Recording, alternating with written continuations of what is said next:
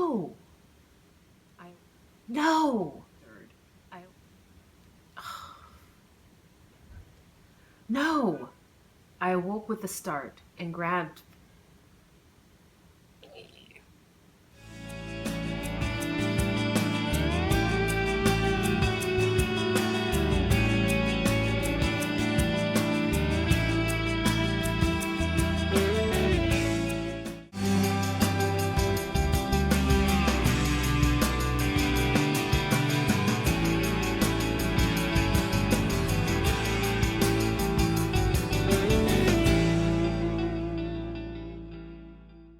Welcome back to my channel. I'm Dina Haynes, and I'm reading to you my book called Neesa. It's the first book in the original reality book series, a contemporary romance. And go out and get it because it's on Amazon, it's on Kindle Unlimited, so there's no reason why you shouldn't have that book right now. Boom. If you're new to my channel, go back to the beginning because you're basically at the end. You've already missed the climax and now we're marching toward the end. So there are links above as well as below in the description. Go back to the beginning and get to know these characters and then meet me right back here. Before you go, be sure to hit the like button as well as the subscribe and the little bell icon so you'll be notified whenever I have videos coming up. And for now, we're gonna do spoilers in 3, 2, 1. You know, Reuben now knows who his father is, and he's dead. Oh my God, I'm laughing. Yeah, he's dead. He's been long dead. And it turns out Edward is his uncle. So in a way, Reuben still ended up with a father-type figure because Edward's all calling him son and stuff, and Reuben is all up in his feelings about it. And how interesting that Edward ended up growing up just probably a couple hours from Denise and her family. So I always think it's funny how things like that happen in real life. And Reuben and Neesa are now in a good place. And sometimes it takes adversity to bring people closer together, and I think that's what happened here. You know, when she, after the incident, and Reuben took her in, he's really been taking care of her and stepping up and being the man that she really always hoped that she would have. I think she was kind of a dreamer when it comes to men, but her man picker was way off, at least in the past. And now she finally found her knight in shining armor, so to speak, or maybe not so shining, maybe kind of dinged up and beat up, but he's still a knight, honey.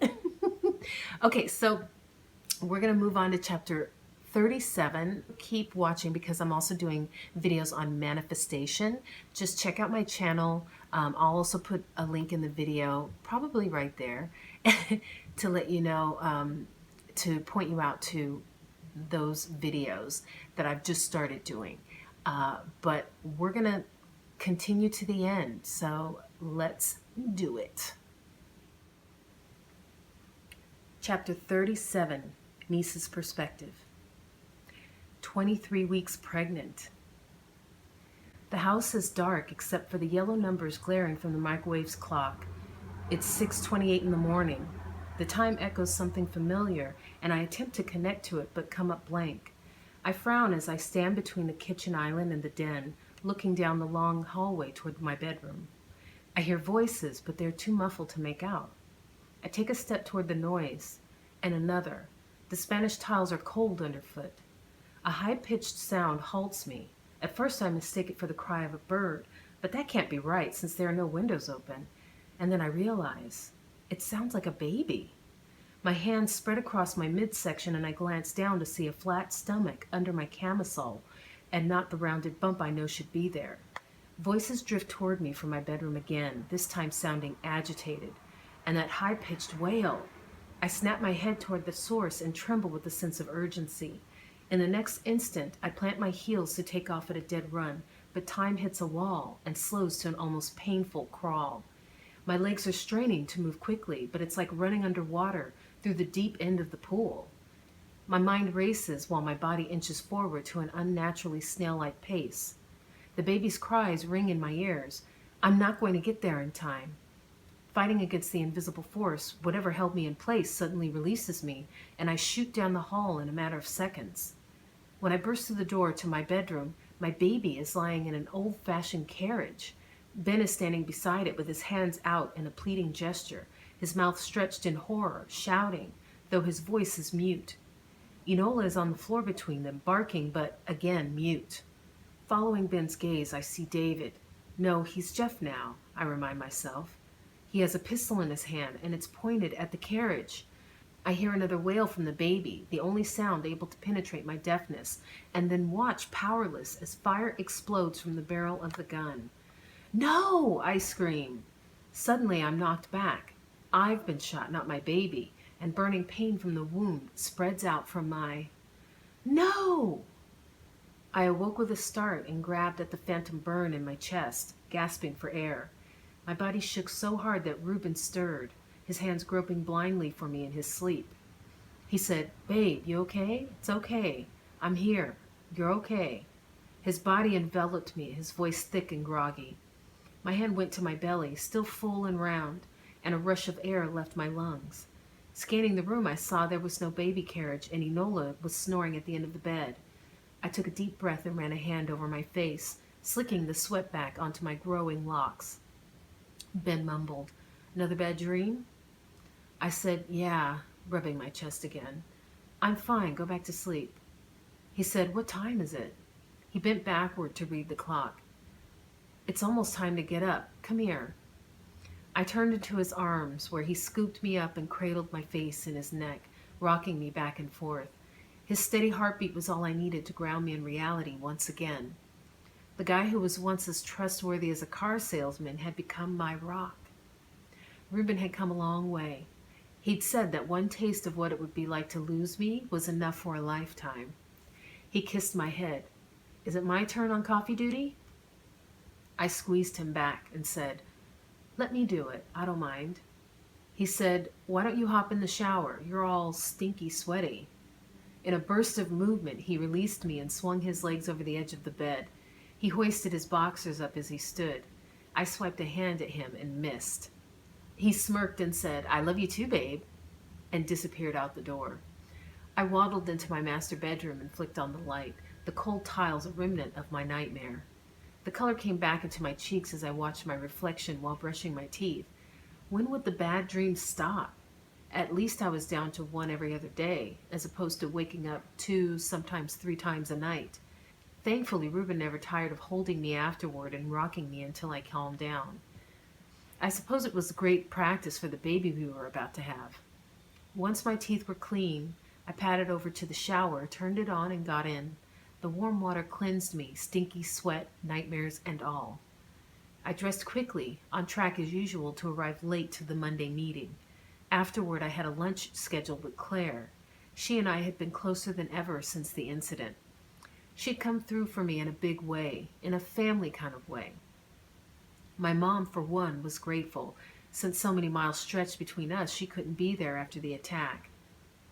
I had told her to stay put since I'd already planned to fly out for the holidays.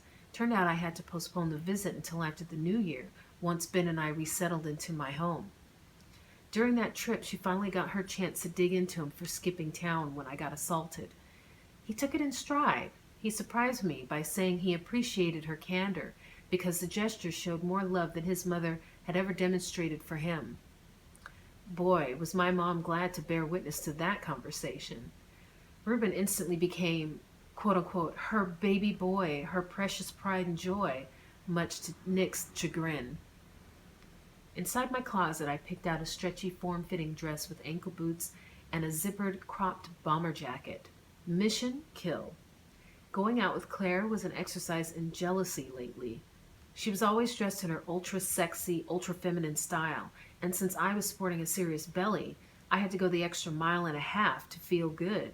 Damn pregnancy hormones. At least the booties would mask the swelling in my ankles. My heels clicked on the kitchen tiles, bringing Ben's head up. He whistled. "Damn, baby." He held out a piece of my favorite avocado toast. I was all too happy the man was picking up my food habits, but pulled me in for a hug and kiss before relinquishing the toast to me.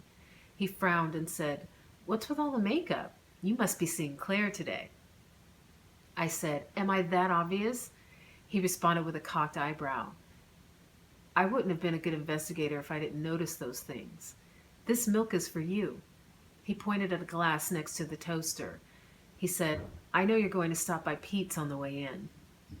I said, "Thanks, hun. Oh, before I forget, I found a possible renter for your house."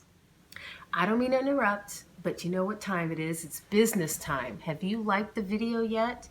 If not, just hit the pause button real quick, hit like, subscribe, bell icon, and let's get back to the story. I left their number on the desk for you to call and schedule a meeting with them. They're a couple of sisters rooming together. I said we would get back to them by tomorrow, so text me and I can coordinate my schedule around it. He cocked a look over his shoulder on his way to the bedroom. I said, "You said you wanted to be part of the process. And thanks for breakfast. I'll talk to you later," I called after him, and he waved. The line was so long at Earth Cafe that I pulled out my emergency package of almonds and dug in. With the pregnancy and the hypoglycemia, I was eating around the clock, but at least I wasn't on bed rest. Claire was nowhere to be seen. I figured that I would get here before her, but I couldn't wait to order. A voice from behind me said, "Damn, that's a mom I'd like to fuck." I turned to find Claire dipping low to ogle me from head to toe. I said, "Shut up and give me a hug, silly girl." She cackled in her Claire way and wrapped her arms around all 2 tons of me. She said, "Is that a little extra on the eyes I see? Nice color blocking liner you got going on." I said, "That means a lot coming from you." She said, "You look amazing. I'm loving this mohawk." She grabbed the floppy strands on top, pulled them over my eyes like bangs, and I observed how the ends brushed the tip of my nose. She continued, "It's getting so long. Sexy. I bet Bill still can't keep his hands off you." My face inflamed. I blushed so hard. I said, "You really know how to sweet talk a pregnant lady." She said, "Oh, you should see me with some of my clients. If I didn't stroke their ego every 5 seconds while they're in my chair, they would have a nervous breakdown. And don't get me started on the pregnant ones." I whispered, "Careful, some of them might be here in line." She added, "Oh, no doubt," still using her outside voice. I ordered the chicken curry salad and a small decaf French press, then took my number card to a table outside. The patio was overcrowded, so I found a quiet spot up the sidewalk. Claire followed soon after. She'd barely sat down before she was bursting to tell me, "You know how bad I am at keeping secrets? Well, I invited Annabelle to come have lunch with us." I stopped flipping through my phone to give her a blank expression. "You didn't." She said, "I did. It's been months, Neesa. You can't keep blaming her for what her harebrained husband did." I said, "I don't. Who said I blamed her? She said, "Don't say it's too soon either, because your belly is proof it's been long enough. She's not going to recognize you if you keep this up. Besides, I need someone to help me with your baby shower." I attempted to cross my arms over my chest, but the belly got in the way, making it awkward. I dropped my hands in my lap and settled for pouting, and said, "When is she supposed to get here?" Claire said, "Any minute. I only told you so you wouldn't freak out and leave. And don't you go there, 'cause you're wearing heels, and I'm not above tripping a bitch, even a pregnant one." I showed her my middle finger and stuck my tongue out for good measure. I said, "What am I going to say to her? Is she still married to that freak?" Claire said, "Ask her yourself." I said, "Have you talked to her about it? Did she know he was stalking me, or did she find out after the fact?" Through gritted teeth, Claire said, "Why don't you ask her your—" "Annabelle! Hey, girl!" Claire stood and gave Annabelle a hug. Since this was all going on behind me, I couldn't see Annabelle yet. I had enough time to panic for a few seconds before she stepped into my view. She looked as awkward as I felt. I froze. Did I hug her or wait for her to say, "What?" In a rush, she said, "I'm so sorry what happened to you. Are you okay?" Tears burned my eyes.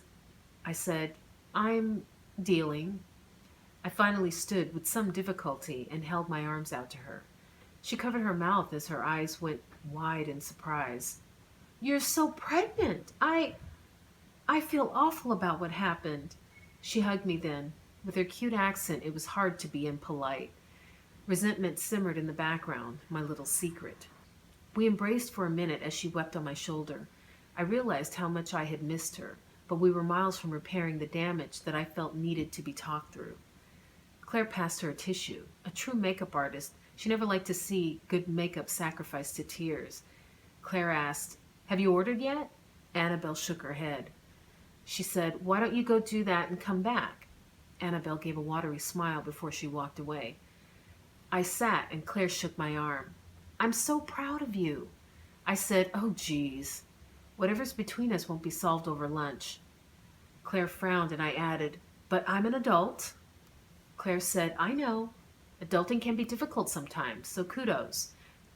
Speaking of, now that you and Ben are pregnant, have you talked marriage at all?" I said, "We have, but I'm not pushing for it, and he hasn't popped the question. We don't want to put pressure on each other to get married before the baby comes.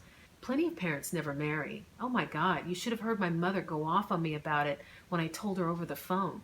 She thinks Hollywood has cooked my brain." Claire said, "Oh," in her high register voice. From the tone, I suspected she was harboring an unshared opinion. She said, "Those are all valid reasons." I said, "What's with the funny look? You are such a bad liar. Please speak freely." Annabelle walked up with a number placard in her hand and sat across from us. She asked, "Who's a bad liar?" Claire burst, "I'm pregnant, and Calvin proposed." She shoved her hand in our faces, showing a vintage emerald and diamond ring on her finger. She said, "Oh my God, that secret was eating me alive." My eyes went wide. "Get out." Annabelle's face split into a beaming smile. "Oh, I'm so happy for you." I said, "I thought you didn't want to have kids. How far along are you?" Claire said, "I know." But Calvin was persistent and resourceful, apparently. He'd hidden my birth control pills for a week before I figured it out, which resulted in a huge argument and then amazing makeup sex, 'cause that's how we do. And now I'm knocked up like you, about 3 months now. I knew it wasn't as simple as Claire was suggesting. Vanity was as big a part of her personal life as it was a part of her business life. I said, "That's crazy." "Well, congratulations. How are you adjusting?" She said, "I'm good. I mean, pregnancy is temporary, right? There's no way I want to break up this figure with a baby bump on my wedding day. So I'm trying to convince him to get married after I give birth." Sobbing erupted from across the table, and Claire kicked me to get my attention. When I glanced at her, she mouthed the word, "Moody Bell." Annabelle was in tears, and no amount of tissues was going to remedy the color slide happening on her face. She waved a hand in front of her nose and said, "Don't mind me. I'm really happy for you, both of you." Claire said, "Annabelle," handing her a few tissues from her bowling ball bag purse, "talk to us. What's going on in that pretty head of yours?" Annabelle said, "I don't mean to be a bummer. It's just that this is what I was hoping to find for myself. I had these big dreams to come to LA and marry my dream guy and have kids. I'm happy for you because you're living my dream. I just hope I can live it too someday." I took the opening and asked, "What's going on with your marriage?" Annabelle said, "He filed for divorce almost immediately. Then I had to hire a lawyer when Jeff tried to block my access to the bank accounts. She convinced him to wait until I get my citizenship, and in return I get to stay at the house and find a renter when it's time for me to move out. Now I have access to his money, but only to pay his bills and nothing else. So I'm back to work teaching spin class full time. Yay," she said with muted enthusiasm. "I guess I'm doing what you two said I should do a year ago." Claire exclaimed, "Fuck him. He's putting a roof over your head until you get your citizenship. That's the least he can do." Annabelle said, "Neesa, I can't help but wish I could have warned you. He wouldn't have found you if not for me." The waiter came by and dropped off Claire's food along with mine. The plate sat before us, untouched. The current discussion had ruined my appetite and rendered me speechless. Claire asked, "Did you know what he was up to, Belle?" Annabelle said, "No, I had no clue. I mean, he used to check my phone, but I had no idea he was looking at our texts like that. It's embarrassing. If I had known, I wouldn't have said half the things we talked about on there. I thought maybe he loved me, but I feel so stupid. I really tried to make him happy. Claire said, "You can't blame yourself for what you didn't know. He was the one who committed the crime. Who could have predicted he was a psychopath?" Annabelle said, "He was very private and weird. I wasn't brave enough to confront him because he has a bad temper, and I didn't want to push. I had tried to rewrite the past many times, making Annabelle smarter or cleverer to spot Jeff's secrets in time to warn me about him, but it was a pointless exercise. The truth was, most people didn't know what depths of depravity their significant other was capable of until it was too late. That was one useful takeaway I got from Ben's favorite show, Snapped. I wanted to absolve Annabelle of fault. I knew she didn't cause what happened to me, but I found it hard to let go. I finally responded, I guess when you're in it, it's hard to see the truth. You'd have to adopt the mind of a sick person to draw the same conclusions. Ben was a cop and then a PI, and he didn't see things going this way." Claire said, "Yeah. How did he miss it?" I said, "He said time passed, and he got busy on other cases. He couldn't keep watching Jeff forever. He still blames himself too. And yet I was able to forgive him." Staring down my hypocrisy made me fidget in my seat. I continued, "We've moved past it after many discussions. And with you," I said, giving Annabelle a confident smile, made up of pigs with wings and unicorns. I said, "I only hope you can move past this and get on with your life. All of us." Claire reached under the table and squeezed my hand. She knew about the nightmares I was still having. But did she suspect my insincerity? Annabelle's food came, and with it I felt a sense of relief. An impasse to deal with what really needed to be said before I could get over Jeff's assault and her possible involvement in it. Claire raised her green tea boba drink in a toast. "I hope that bastard gets fucked repeatedly in jail and we all become millionaires." "Hear, hear," I said, and side-eyed Annabelle. Annabelle beamed. "Proust!" Okay, that is the end of that chapter. Chapter whatever it was. All right, guys, there is one more chapter left, and it's the epilogue. So that's going to be the chapter that wraps everything up, and that will be the end of this book. Oh my God. Drop a comment below. Let me know if you think I should continue reading my other books, the next book in this series, and maybe start reading my paranormal series. If I get enough votes, I might just do it. Oh, don't forget to like, subscribe, and hit the little bell icon because I have more content coming for you with my new manifestation videos. And I will see you next time for the end of Neesa.